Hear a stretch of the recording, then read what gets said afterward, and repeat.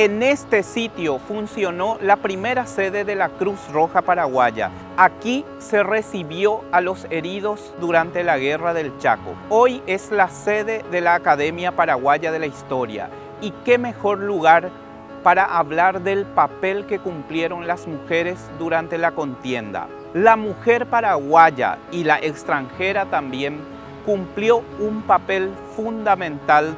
De esto nos habla la presidenta de la Academia, la historiadora Mari Monte de López Moreira. Durante la Guerra del Chaco, las mujeres tuvieron un papel muy relevante porque ellas actuaron en 3 frentes, vamos a decir, ¿verdad? El primer frente fue precisamente la retaguardia. Y en la retaguardia actuaron en 2 trabajos principales, o sea, en 2 oficios principales. En el primer oficio que yo te puedo decir es el de las famosas madrinas de guerra, ¿verdad? Las madrinas de guerra eran, o sea, la institución misma se había creado prácticamente durante la Primera Guerra Mundial, cuando las francesas y las belgas fungieron de madrina para los soldados en el frente. Entonces esa modalidad se hizo repetitiva tanto en Paraguay como en Bolivia. Hubo madrinas de guerra en Bolivia también y aquí en Paraguay. Las madrinas eran de distintos estratos sociales, pero más de un estrato más elevado. Muchas más fueron ellas, las madrinas de guerra, y ellas tenían la misión de escribir a sus ahijados, a veces no los conocían.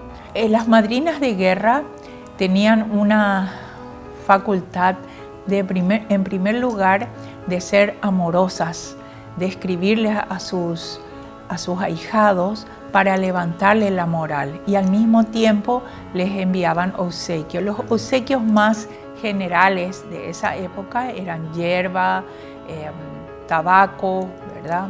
Cigarros especialmente, dulces, el famoso caíladrillo que se elaboraba en las casas, inclusive conservas de dulces. Esas eran, digamos, las remesas más apetecibles de las madrinas que enviaban a sus soldados. Y hubo casos de soldados que por la amorosidad de las cartas, que eran tan amables estas madrinas, ellos llegaron a enamorarse, estaban en el frente solos y tenían una ilusión de cómo era su madrina. A veces en las cartas se enviaban fotografías y los soldados mismos también le enviaban fotografías a sus madrinas, y ellos llegaron, muchos de ellos, a enamorarse. Hubo casos de que al terminar la guerra, algunos excombatientes llegaron del frente, visitaron a sus madrinas y hubo entre ellos alguna relación amorosa y posteriormente matrimonio. No todo fue así, ¿verdad? Claro. Y hubo madrinas de Asunción, de las ciudades importantes del interior, de Concepción, de Villarrica, y también de la Argentina y del Uruguay. Algunas extranjeras también fueron madrinas de guerra, ¿verdad? Fue una institución muy importante porque, como digo, fue para levantar la moral del soldado, sabiendo el soldado o el combatiente que en algún momento él iba a recibir una carta alentadora, iba a recibir alguna remesa de dulce, de hierba, y sabía que alguien estaba, digamos, pensando en él cuando él, en la soledad de los cañadones chaqueños, se encontraba, ¿verdad?, a veces deprimido, lejos de la familia, en un lugar inhóspito. Claro. Entonces, todo esto hizo que las madrinas cumpliesen un papel importantísimo, ¿verdad?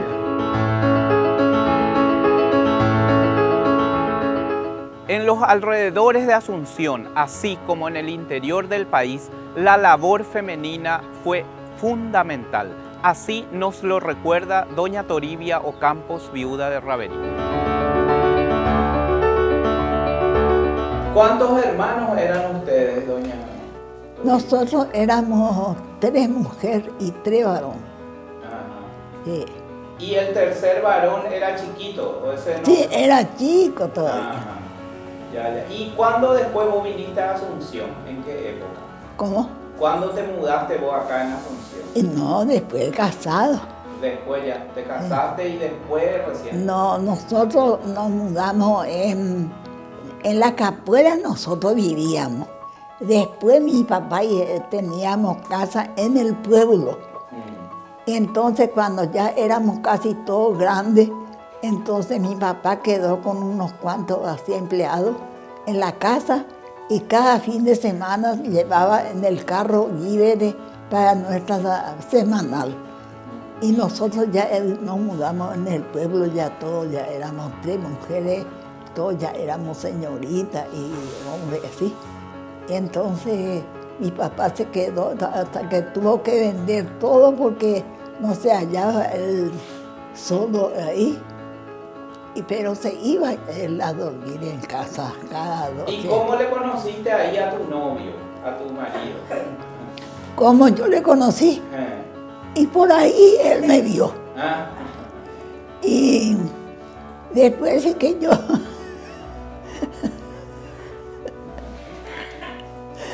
Ay,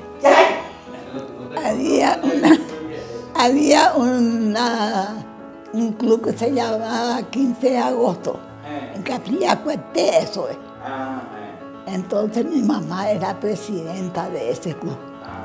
Entonces nos íbamos así la fiesta a menudo, se hacía y cantidad de gente, porque no era ese cachiñay que se le dice ahora.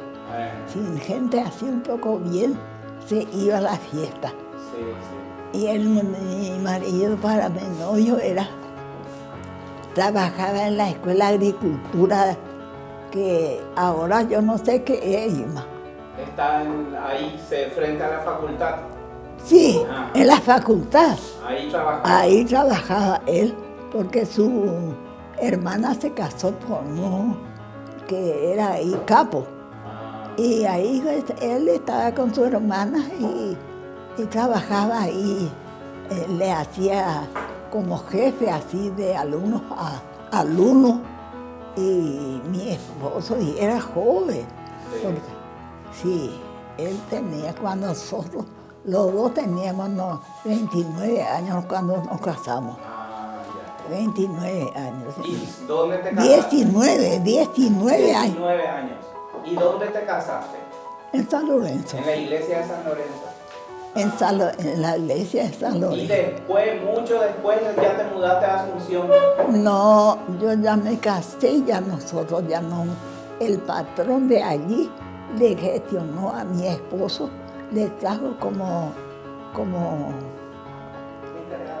encargado. Encargado en Sajonia, acá en Sajonia. Pero se llamaba Alejandro von Stein, un alemán que vino, un ruso que vino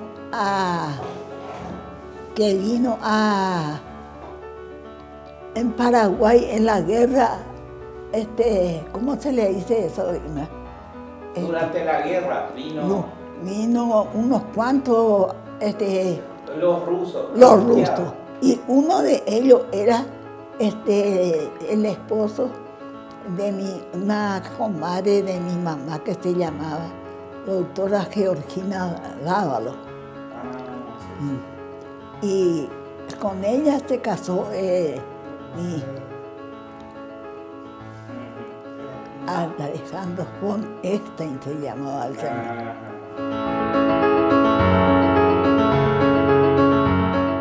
Las madrinas de guerra y sus ahijados mantuvieron una intensa correspondencia desde el frente de batalla.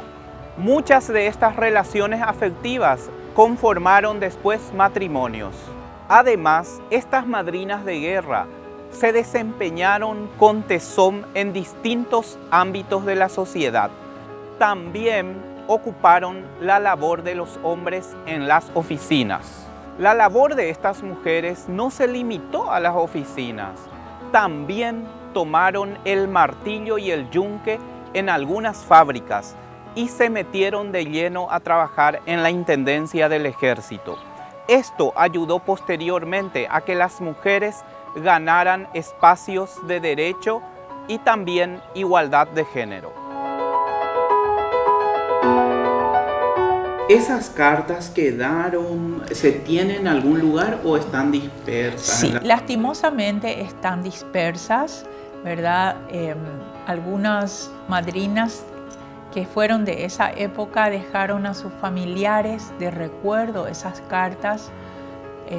Yo poseo algunas, ¿verdad?, de mi familia y que recibían de sus ahijados, y los ahijados mismos también dejaron para el recuerdo las cartas de sus madrinas. Yeah. Lastimosamente no hay un repositorio o un archivo en donde se puedan reunir toda esta documentación, porque es muy importante para una historia social del Paraguay en un momento álgido en que vivió el país, que era la Guerra del Chaco, ¿verdad? Ya. Sí. Y hablamos de dos oficios, una de las madrinas y el sí. otro, ¿cuál era? Aquí en Asunción especialmente estaban las sociedades de damas, ¿verdad? Damas pro litro de leche, que era para los hijos de los excombatientes, las damas de la Cruz Roja, las damas de caridad que asistían en los hospitales, que no eran las enfermeras, pero sí llevaban alimentos a los hospitales constantemente, ¿verdad? Muchas instituciones de beneficencia fueron las que también coadyuvaron con el gobierno, y muchas de ellas lideradas por las esposas de los ministros y por la propia esposa del presidente Eusebio Ayala, sí, Marcel Durán de Ayala. Que era francesa. Ella era francesa, sí, y muchas de todas estas señoras, ¿verdad?, que de alguna u otra manera sirvieron al país durante este trance de los 3 años que vivió el Paraguay. Y en todas estas instituciones de beneficencia, que fueron muchísimas, inclusive hubo intentos, como en la guerra contra la Triple Alianza, también de donar joyas, ¿verdad? Sí. Y después el otro frente son otro tipo de mujeres que no estaban posiblemente, o que sí estaban en alguna de estas instituciones de beneficencia o fungieron también de madrinas, fueron las que colaboraron con las necesidades que tenía el soldado. Ya no estoy hablando en este caso de alimentos ni de cartas alentadoras, estoy hablando de las necesidades propias del soldado. ¿Cuáles eran? Su vestimenta y sus pertrechos de guerra. Entonces tenemos a las mujeres que trabajaban en la intendencia del ejército como voluntarias.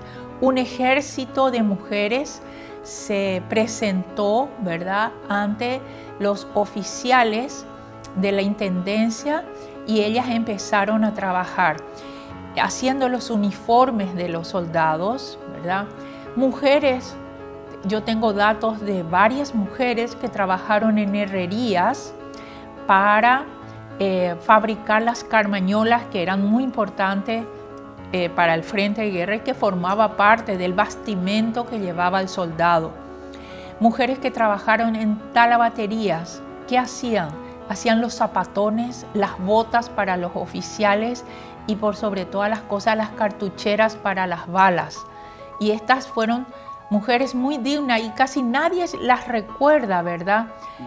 Yo tuve la oportunidad de entrevistar una vez a unas mujeres, señoras ya ancianas, que trabajaron durante los años 32, no, 33 sí, 32, 33 y 34, hasta casi finalizar la guerra, en herrerías, ¿sí?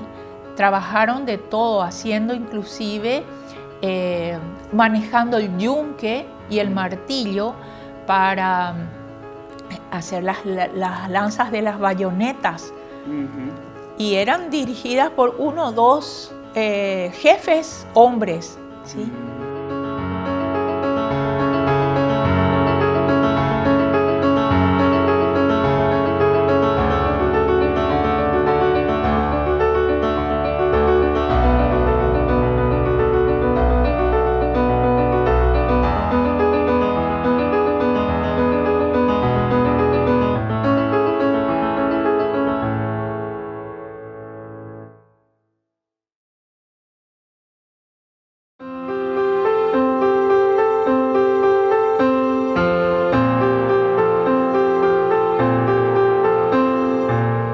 En general, los excombatientes de la Guerra del Chaco dejaron profundas huellas en sus familias y en las generaciones que vinieron. Se ganaron el afecto, el respeto y la gratitud por defender a la patria. La valentía, el coraje y la laboriosidad de las mujeres se fundieron en un solo sentimiento de amor a la patria. En aquellos álgidos días de la contienda, las mujeres se metieron a fabricar de lleno hamacas, mosquiteros, uniformes y todo tipo de enseres que sirvieron a los soldados en el frente. También fueron el sostén del apoyo moral de los soldados. En el caso de su familia misma, sí. tenía una herrería, sí. ¿Podés comentarnos? Sí, mi abuelo tenía una gran herrería, que era la herrería Muñoz, que estaba en Alberdi, Piribehuí, y allí trabajaron varias mujeres. Mi abuelo, él era español, no fue a la guerra, pero sí sus hijos fueron de corta edad, casi adolescentes. Entonces, y el personal de la herrería también tuvo que alistarse. Entonces, primero trabajaron algunas mujeres de la familia, ¿verdad?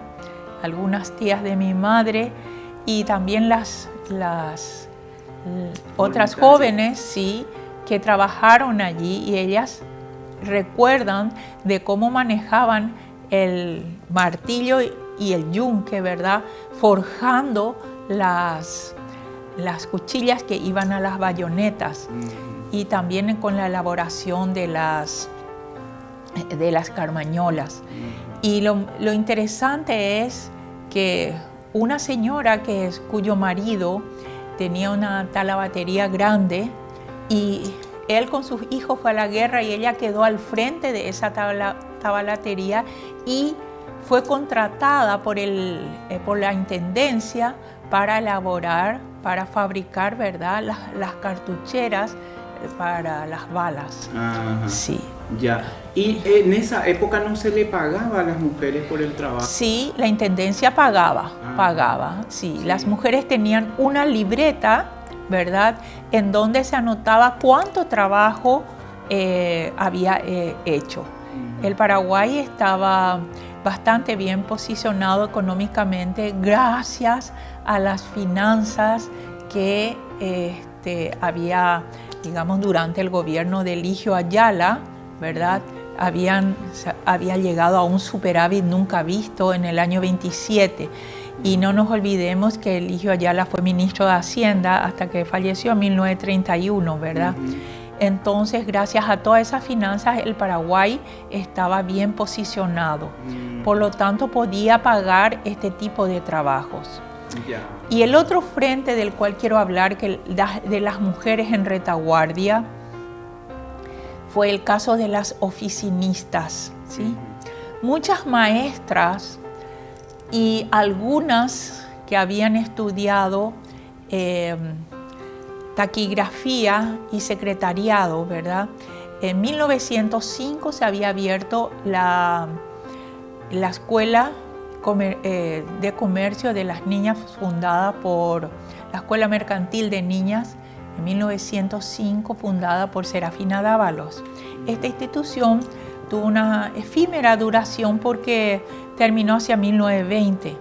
Pero ellas fueron después maestras de la Escuela de Comercio fundada por Jorge López Moreira y también por el Secretariado Paraguayo de Niñas, que aparece más tarde, de hecho. Pero en la Escuela de Comercio empezaron a ingresar muchas mujeres también y que ellas mismas, ¿verdad?, fueron empleadas después como oficinistas en sitios en donde solamente estaba reservado para los hombres. Tal es así que hacia 1934, por primera vez tenemos a mujeres como jefes de departamento de contabilidad o departamento administrativo de los ministerios, que anteriormente todos eran ejercidos por hombres. Sí. Y lo interesante de todo esto es que al término de la guerra, ellas tuvieron como una especie de libertad económica, ¿verdad? ¿Por qué? Porque la guerra misma le había dado trabajo que impensables para ejercidos por mujeres. Entonces, esta independencia laboral, ¿verdad?, que ellas tuvieron, les permitió ir escalando en otros tipos de trabajo que fueron, digamos, empleadas en las grandes empresas que se abrieron después de la guerra. Sí, pero lo importante es que ellas trabajaron en estas oficinas que antes su concurso estaba vedado. Claro, era exclusivamente para hombres, ¿verdad? Ya, sí. O sea que un poco la guerra trajo igualdad de género en ese Y más o menos, porque después de la guerra, ¿verdad?, tenemos digamos, la primera institución de género con unos estatutos, que era una institución fundada por una argentina y por varias paraguayas, de hecho, María Casati. María Casati fue una mujer que había venido al Paraguay en 1919 y abrió una institución para dar otra oportunidad laboral a las mujeres, que era una escuela de corte y confesión. Mucho tiempo, hasta el día de hoy, existe el famoso sistema de Casati. Y ella fue fundadora de un periódico llamado Por la Mujer, para las mujeres que trabajan y piensan, en 1936. Sí. Ella en realidad ella era de tendencia más bien socialista, de ideología socialista, y muchas mujeres pertenecientes al partido febrerista, que todavía no estaba considerado, ¿verdad?, como tal, pero ellas fungían como mujeres políticas pertenecientes a la revolución de Franco, ¿verdad? Fue después de la guerra.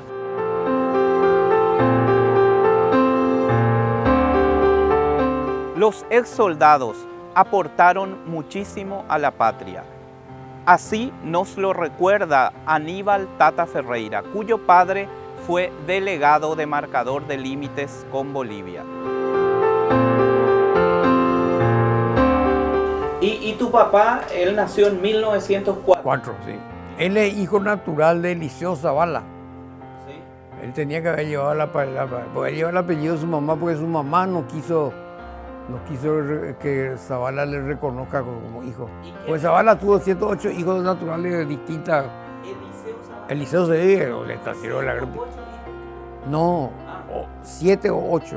Perdón. Pero de distintas madres. Él no se casó nunca. Era un solterón, farrista, pero un lindo tipo.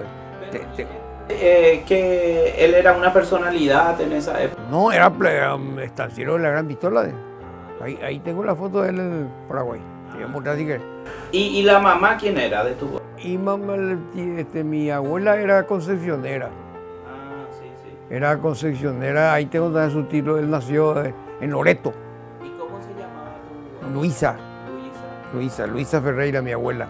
Y entonces ella le reconoció a tu papá. Sí, ella reconoció, pero no quiso ponerle el apellido del otro, porque es cosa de mujer, ¿verdad?, de la época, mentalidad de la época. Y bueno, hay que casi 100 años vivió tu papá. Sí, faltó un mes para cumplir 100 años.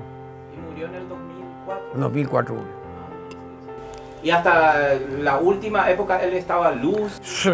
Él fumaba cigarro hasta 3 días antes, pero yo le digo, ¿cómo es que vos vas a fumar tanto? No, pues yo nunca tragué el humo. Y puede ser cierto. Para vivir 90 años fumando, porque nunca tragó el humo. Pues fumaba cigarro en Luque yo vivía porque acá se me escapaba. Acá él no quería vivir acá en la casa. Entonces yo le construí la casita esa. Y estaba ahí. Y ahí se la asistía y todo. Pero, verán, bueno, de tardecita se me escapaba. No decía nada y salía. Y se iba a la casa de mi hermano que estaba en Burucuyá. Y venía, se iba acá caminando a la parada de taxi que está acá sobre Venezuela y Concordia. Y ahí pedía que le lleven el taxista. Y él no le pagaba al taxista porque el taxista sabía quién era él. Entonces venía acá y me decía, ahí le llevé a su papá. ¿Cuánto decía? Llévenle, no me acabé que vaya. Y él tuvo las condecoraciones. Tengo todas las condecoraciones de la Guerra del Chaco, la Cruz del Chaco, la Cruz del Defensor. ¿Y vos no te fuiste a mirar el desfile de la Victoria cuando volvieron los soldados de la guerra? Claro que no. Ir a mirar. Y nosotros nos íbamos con mi mamá para ver si nos encontrábamos algún compañero así que venía. El que venía, eso, ¿cómo se llama? Eso que no puede más. Lisiado. Listiado fuera, eso que nos da más de debilidad y eso. A eso nos íbamos a visitarles en los hospitales. Mi mamá buscaba así huevos, cosas así para llevar. Si era conocido, si no éramos lo mismo, mi mamá se iba, llevaba cosas para dejar en el hospital donde uno... Y tu mamá era, como ella era obstetra, ella conocía mucho de medicina entonces, ¿verdad? Y le cuidaba también. Sí. Le hacía masajes y eso. No hacía eso. Pero así que. Así que. Sí, así que. Ya. Sí. Para su recuperación, a esos que se rompían el hueso, se sacaban y... Exactamente. La contienda también dejó grandes personalidades que sirvieron a la patria después. El general Felipe Neri Velilla luchó hasta su muerte, ocurrida en el 2008, a los 97 años, por la dignificación de los veteranos lisiados y mutilados de la Guerra del Chaco. Él en el año 50 se compró la estancia, le compró el Banco de Fomento. Y después en el 54 compró una granja que ya es en Arroyo y Estero también. Sí. Y esa propiedad nosotros siempre mantenemos. Y yo mi idea quiero poner ahí un museo en nombre de él. Estoy llevando muchas cosas, sino por falta de medio no puedo lanzarme todavía. Porque tenemos un salón nomás y tiene muchísimas cosas. Objetos de la guerra. Objetos de la guerra. Allá ya hay unas cuantas cosas que teníamos en Arroyo y Estero y había un catre campaña que eso no entraba allá, entonces él mismo regaló a la ingeniería. Eso está allá en el Museo de la Ingeniería. Y mi idea es, espero tener allá un museo. Qué lindo. Sí, eso es lo que es. ¿Y él participaba de los actos del 12 de junio? ¿Dónde se hacían? Sí, y 12 de junio más participamos acá. Primero en el Panteón de los Héroes, que una oportunidad le observó parece que era el doctor Nicanor Duarte Fruto, que él derogó la ley también nuestra y le dijo que tiene que estar todo vestido de verde olivo los militares, que no tienen que estar para ahí. No sé si esto es de faena, que es falta de respeto. Él era un hombre muy correcto. Eso es lo que tuvo el general, muy delicado. Tenía muy en cuenta todo. Muy en cuenta tenía eso. Gracias a Dios. ¿En la Plaza Italia también había? En la Plaza Italia también había, pero ahí nosotros muy poco. En el cuartel de la Victoria lo que nos íbamos. Sí, en el cuartel de la Victoria. Yo bailaba con los veteranos y él con la esposa. Pero ahora queda muy poco. Muy poco, ya Arroyo y Estero parece que ninguno ya no tiene. Ya en Asunción es demasiado poco ya. Eso yo pensé la vez pasada, le dije a mi hijo, el abogado, ¿qué vamos a hacer cuando terminen los veteranos? Y yo pienso que hacer un club, por ejemplo, de familiares y hacer una fundación y para poder ayudarle si es que están las viudas, porque las viudas necesitan. Yo no necesito porque tengo a mis 3 hijos varones, gracias a Dios. Pues yo con el sueldo que yo tengo no me voy a poder mantener. No tenemos el registro exacto, pero calculamos que es la década de 1940. Hay que recordar que la Guerra de la Triple Alianza también tenía problemas de registros que la Guerra del Chaco ya no tuvo. Para saber quiénes eran los que realmente habían combatido, vos tenías que traer, por ejemplo, 2 combatientes que atestiguaran que vos participaste. Y las pensiones también se comenzaron a cobrar muy tarde. La guerra terminó en 1870 y comenzaron a cobrar en 1899. Eligio Ayala, su gobierno, seguía dando pensiones allá por 1926-26. Es más, en el gobierno de Guyari también encontré ya muy pocas pensiones dadas, pero que eran de combatientes de la Guerra de la Triple Alianza. Los del Chaco cobraron más rápido. Los del Chaco sí ya tuvieron más protección, por lo menos los que fueron lisiados, aquellos que habían tenido alguna herida que les haya imposibilitado después continuar con una vida laboral normal. Pero sí, como que se dio gradualmente las pensiones. Por supuesto que si vos llegaste a Asunción con 19, 20 años, vos podías seguir trabajando. Pero si es que comenzabas a tener algunos problemas de salud y eso, al ser veteranos ya te comenzaban a proteger sin importar la edad que tenías. Y eso sí, las pensiones, allá por más que Stroessner en serio trató muchas veces de mejorarlas, alcanzar a todos era difícil y diferente que hoy en día, que es más fácil pagarle mucho cuando ya son muy poquitos, que en aquella época que quedaban tantos.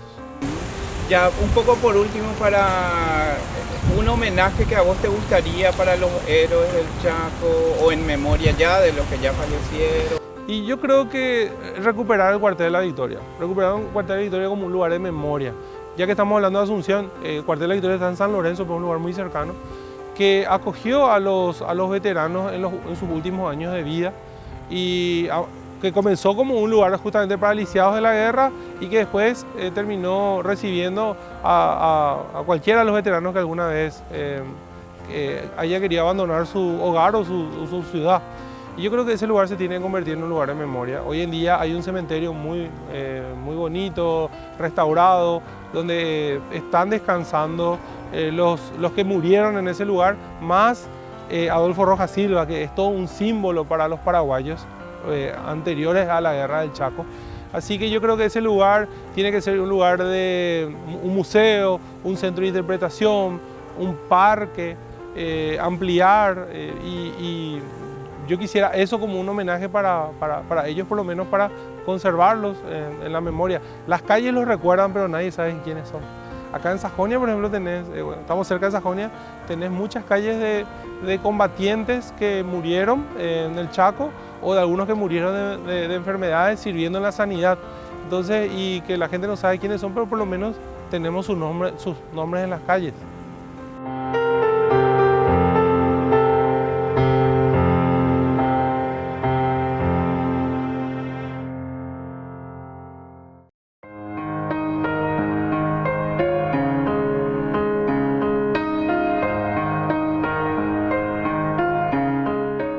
Quizás uno de los episodios más sublimes y heroicos del papel de las mujeres durante la Guerra del Chaco lo protagonizaron aquellas madres que disfrazadas de hombre acompañaron a sus hijos o aquellas hermanas que hicieron lo mismo para acompañar a los suyos. A la par, un gran contingente femenino se trasladó al Chaco para cumplir el papel de lavanderas y de cocineras para las tropas. Profe, y de la familia de tu abuelo, ¿cuántos hombres se fueron a la guerra? 4. 4 varones. 4 varones. Y las mujeres se quedaron en Las la mujeres herrería. se quedaron en la herrería y también en la intendencia. Trabajaban en la intendencia elaborando los uniformes, especialmente las gorras, ¿verdad? Los sombreros que usaban de tela. ¿Y tu mamá dónde trabajaba? En la intendencia. En la intendencia. Sí. ¿Cuántos años Tenía 13 años. Ajá, y ya Sí. trabajaba. Ya trabajaba, sí. Ya, todas las niñas y jóvenes empezaron a trabajar, ¿verdad? Ajá. Ellas no solamente hicieron, digamos, en la intendencia también se recibían otros tipos de trabajo, como por ejemplo los mosquiteros, elaboraban mosquiteros y también hamacas. Eso se enviaba todo al Chaco.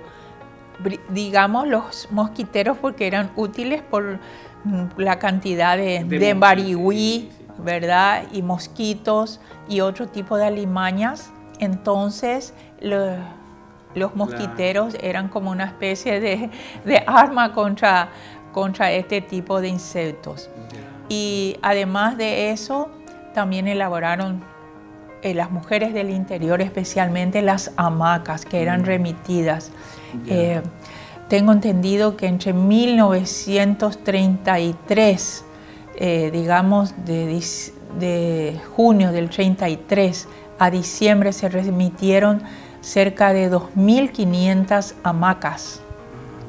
Bastante, sí. Sí. Ya. Y un poco aparte de esta, la actividad de las enfermeras ya es en el frente, sí. No fue en la retaguardia. Ese ya es, digamos, otra arista que debíamos ver. ¿Qué hacían en la vanguardia? Por eso hablé de la retaguardia. De la retaguardia, en donde están 3 tipos de mujeres, ¿verdad? Sí. Las madrinas, las mujeres que estuvieron en las instituciones de caridad y luego las mujeres que trabajaron en la intendencia. Sí. Y ahora tenemos en la vanguardia. En la vanguardia también existieron 3 tipos de mujeres, ¿verdad? Sí. En primer lugar están las enfermeras que fueron al frente, y no fueron pocas. Sí. Muchos de los jefes médicos inclusive se quejaban de que las enfermeras que iban no tenían la suficiente idoneidad para ejercer la profesión de enfermeras, pero por la necesidad del momento y del ambiente sí fueron por eso empleadas como tales. Después teníamos otro tipo de mujeres que también fueron al frente, como el caso de las cocineras y lavanderas. Sí. Ellas tenían que apoyar tanto en la parte de la cocina, pero más que nada trabajaban en los hospitales como lavanderas. Tenían que lavar sábanas y vendas y eso era un trabajo diario. Muchas concesioneras y sanpedranas cruzaron el río Paraguay y se internaron al Chaco en varias remesas para cumplir con este oficio, ¿verdad? Y muchas veces ellas, estas enfermeras, estas lavanderas también tuvieron que trabajar de enfermeras por la necesidad y más que nada para alentar al herido o al que estaba por morir, ¿verdad? Ya en un momento difícil de su vida.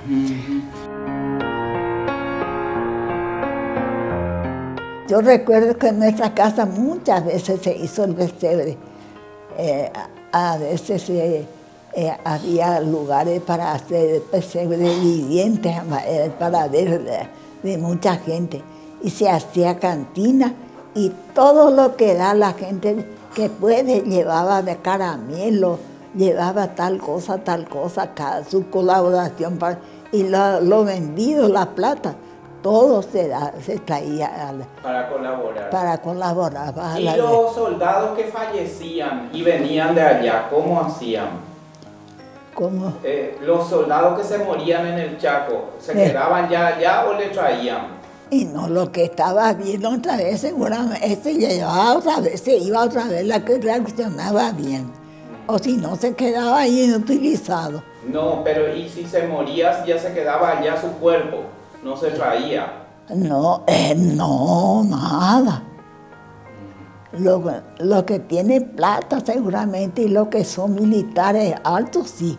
O si no, se quedaban en el Chaco y la gente, yo preguntaba, me acuerdo que yo preguntaba a ver si qué se hacía. Y dice que ellos mismos hacían así de palo, hacían la cruz para saber. Para ponerle. Sí. Papá recibió, él se le actualizó porque él tenía su jubilación de coronel y pues se le actualizó al precio. Sí, la pensión. No, él tenía, cuando murió, cerca de 5 millones, cuando después ya mensualmente cobraba. Y aparte del tema de los límites con Brasil, ¿qué otro aspecto importante de su vida podemos destacar? Y él fue delegado, te voy a contar, delegado de marcador de límite con Bolivia.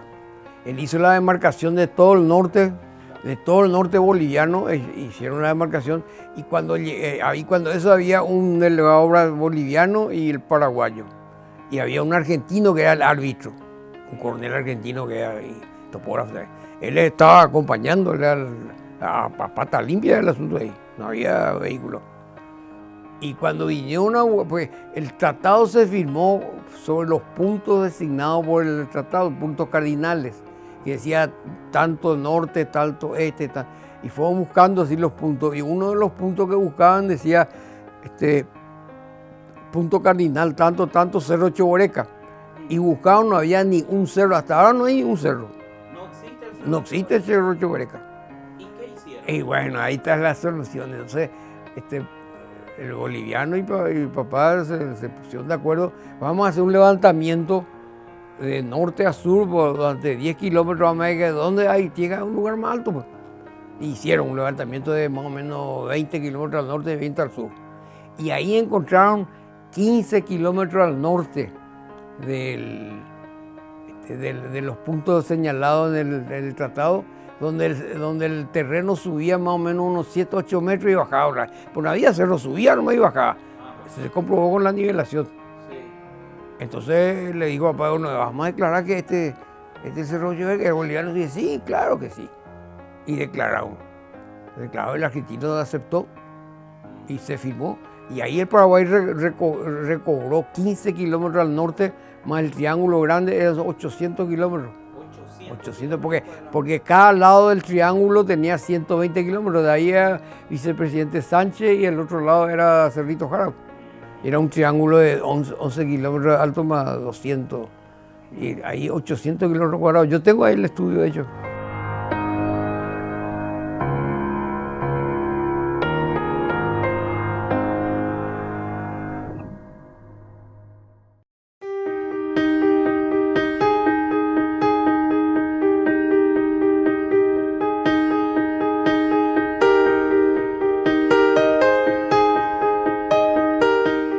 ¿Y dónde está enterrado él? En el Panteón, al lado mismo de la iglesia, en la Recoleta. Es De los Velilla. Él mismo construyó, ahí está su primera esposa y tiene sus familiares que son su hermana. Mi mamá también está ahí enterrada hasta ahora, que tengo que llevarlo a Arroyo Siestero con mi papá. Pero él quería que se entierre ahí mi mamá, le tenía un cariño muy especial. A quien le debo gratitud y agradecimiento es al comando de ingeniería, cuando eso era el comandante, el general Wenceslao Vargas. Me prestó una cama hospitalaria y me mandaba enfermero. Yo también tenía enfermera particular. Y 3 años le estuve cuidando acá en casa, porque él estuvo en terapia intensiva en el hospital militar. Y me pidió por favor que él ya no quiere irse más al hospital, que quiere morir acá en su casa. Y cumplimos así, fue rodeado de sus hijos. Y yo tengo esa paz y tengo mucha gente que me conoce, que le he cuidado, le he brindado todo mi amor y mi cariño. Un poco él tuvo esa vida digna que muchos otros combatientes ya no pudieron tener. Así mismo, él, gracias a Dios, murió acá en casa, pero dignamente. Nunca le faltó nada. Y le decía a mi hijo mayor, a Neri Fermín, al abogado, se vota ayer recibí, vámonos a jugar tranquilo para que le cuide a tu mamá. Y se recibió el 21 de abril y él murió el 21 de mayo. Y le dijo a su hijo, ay, mamá, no está más tranquilo porque niña tendré tan decir. Él fue un hombre muy bueno, como papá y esposo, abuelo excelente.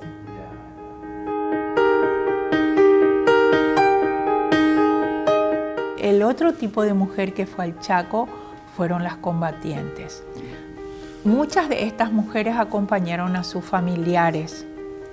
Y existieron casos de mujeres que, por ejemplo, se cortaron el cabello, acompañaron a sus hermanos, y como la inspección que se hacía en el estadio comunero, que hoy ya no existe, ¿verdad? Ahí era la inspección, venía el médico inspector y le revisaba a lo mejor los dientes, un poco los ojos si veía bien, y después ya al frente.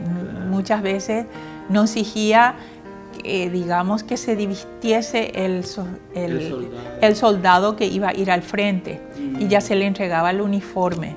Entonces muchas mujeres, yo tengo una investigación que había hecho, que aproximadamente fueron 10 mujeres a pelear allá, ¿verdad?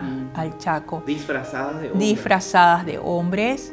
Y inclusive hay una madre, doña Duigis, que después ella se fue disfrazada de hombre para acompañarla a su hijo, pero finalmente al llegar al frente ella dijo que era mujer y entonces quedó como cocinera, pero siguió al ejército, ¿verdad? Donde estaba su hijo, y ella siguió haciendo ese tipo de actividad. Sí. Ya. Y después de la guerra también el papel de las mujeres fue fundamental. Fue fundamental el papel de las mujeres, ¿verdad? Bastante relevante, porque como dije, muchas de ellas que habían trabajado en actividades que antiguamente le eran vedadas y que eran inherentes a los hombres, después de la guerra ellas pudieron cumplir con ese oficio, y no solamente de secretaria, sino entraron un poco más en la vida pública también. Tal es así que muchas organizaciones de mujeres vemos a partir de 1936, ¿verdad? 1940, 43, en donde estas mujeres empezaron a luchar ya por otros motivos, y los motivos principales fueron la lucha por obtener sus derechos civiles y políticos. Consiguieron sus derechos civiles en 1953 y sus derechos políticos, que fue el último país en obtener el voto, en otorgársele el voto a la mujer, que fue el Paraguay, el último país de Sudamérica. Por la ley 704, el 5 de julio de 1961, el presidente Alfredo Stroessner, ¿verdad?, decretó que las mujeres a partir de ese momento tenían derecho al sufragio. Y la primera vez que sufragaron fueron en las elecciones de 1963. Recién ahí. Sí, no fueron muchas, pero tímidamente empezaron a votar. Y también fueron, lo más importante, electas. Claro, porque las mujeres no se dedicaban a la política, o sea que... Sí, querían dedicarse, pero no se les prohibía, ¿verdad? Y se les prohibió siempre dedicarse en una sociedad patriarcal como era la nuestra, se les prohibió a las mujeres a la vida pública, ¿verdad? Y tal es así que tenemos mujeres que rompieron ese tipo de esquemas, ¿verdad? Por ejemplo, en la Revolución de 1904, Serafina Dávalos con una veintena de mujeres se presentó ante el jefe revolucionario, que era Benigno Ferreira, pidiéndole el cese de la revolución y que ellas estaban, digamos, muy preocupadas porque la revolución continuaba y mucha gente ya había muerto. Esa fue la primera comisión llamada la Comisión Pro Paz. Inclusive tenemos el caso de las concesioneras. Yo escribí un libro con una colega, Ofelia Martínez, escribimos Las concesioneras de 1901, que estas mujeres, fueron 37 mujeres que se manifestaron en contra del gobierno por la elección de un senador que era José II de Kut. Las elecciones eran por bienio y en 1901 tenía que elegirse un senador. Y en Concepción se realizaron las elecciones, pero por ser fraudulentas se anularon y se volvieron a llamar a las elecciones. Las elecciones antiguamente eran a viva voz, se realizaban en las parroquias, en las iglesias, y la cantidad de inscriptos, digamos, no condijo con los resultados. Tal es así que mucho más de los inscriptos votaron a favor, supuestamente, de José II de Kut. Entonces, por eso las mujeres se manifestaron. El otro candidato era candidato liberal, Cecilio Báez. Y todas estas mujeres, de hecho, podrían haber sido esposas o parientes de afiliados al Partido Liberal, pero ellas se manifiestan y envían un telegrama al Senado, al Congreso, en donde dicen: rechazamos elección de senador traidor José II de Kut, porque lo trataban de legionario. Dios proteja destino patria. Y firman las 37 mujeres. Y a raíz de eso hubo una polémica en los periódicos que duró bastante tiempo, porque decían: la mujer tiene que dedicarse a la casa, tiene que dedicarse al esposo, a los hijos, a las actividades domésticas, y si quiere salir de la casa a trabajar, la única profesión permitida era la de maestra. Sí. Por eso es que por eso Serafina Dávalos y por mucho más, ¿verdad?, funda la Escuela Mercantil de Niñas en 1905, de la que te hablé, ¿verdad?, para darle a las mujeres otra oportunidad.